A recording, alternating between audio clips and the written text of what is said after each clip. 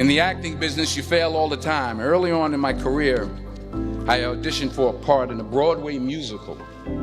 Perfect role for me, I thought, except for the fact that I can't sing.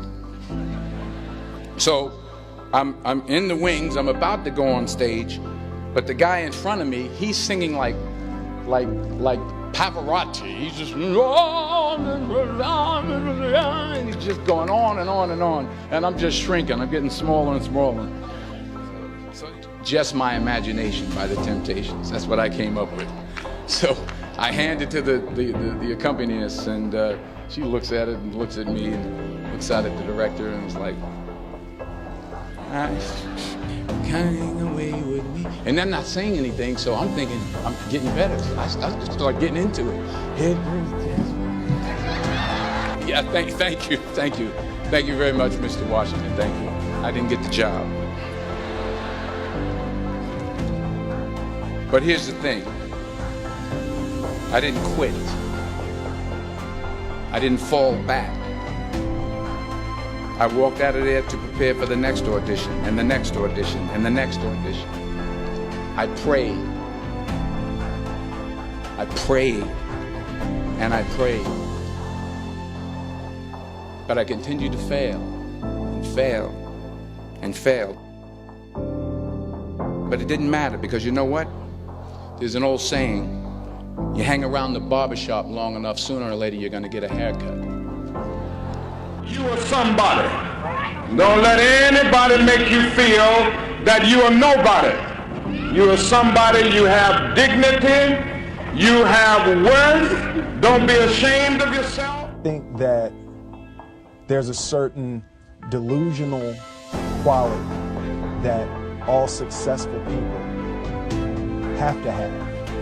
You have to believe that something different than what has happened for the last 50 million years of history. You have to believe that something different can happen. You don't try to build a wall.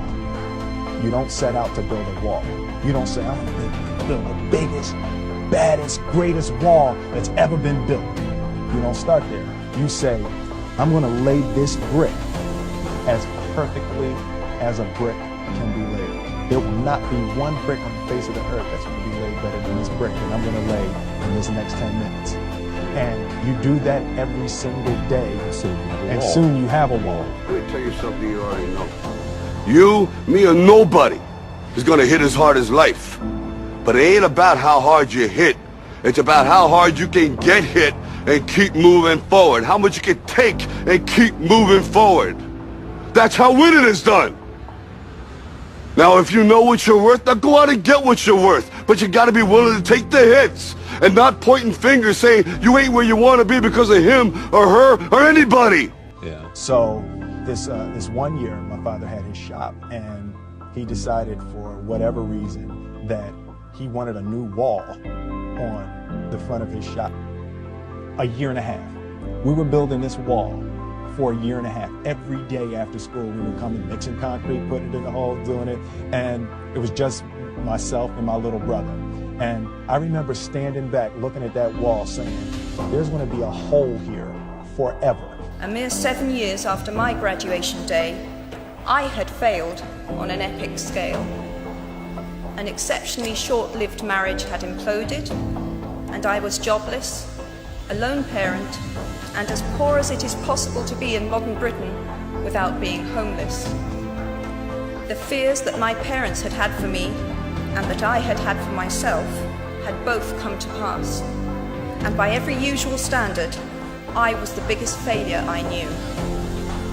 I was set free because my greatest fear had been realized, and I was still alive, and I still had a daughter whom I adored, and I had an old typewriter and a big idea. And so rock bottom became the solid foundation on which I rebuilt my life. A year and a half later, we laid the final brick. We stood back, we looked at the wall, and he looked at me and my brother and said, don't y'all never tell me that you can't do something. And walked into the shop. And there was a constant desire to be better. Yeah. You know, we didn't grow up with the sense that where we were was where we were going to be. You know, we grew up with the sense that where we were almost didn't matter because we were becoming something great.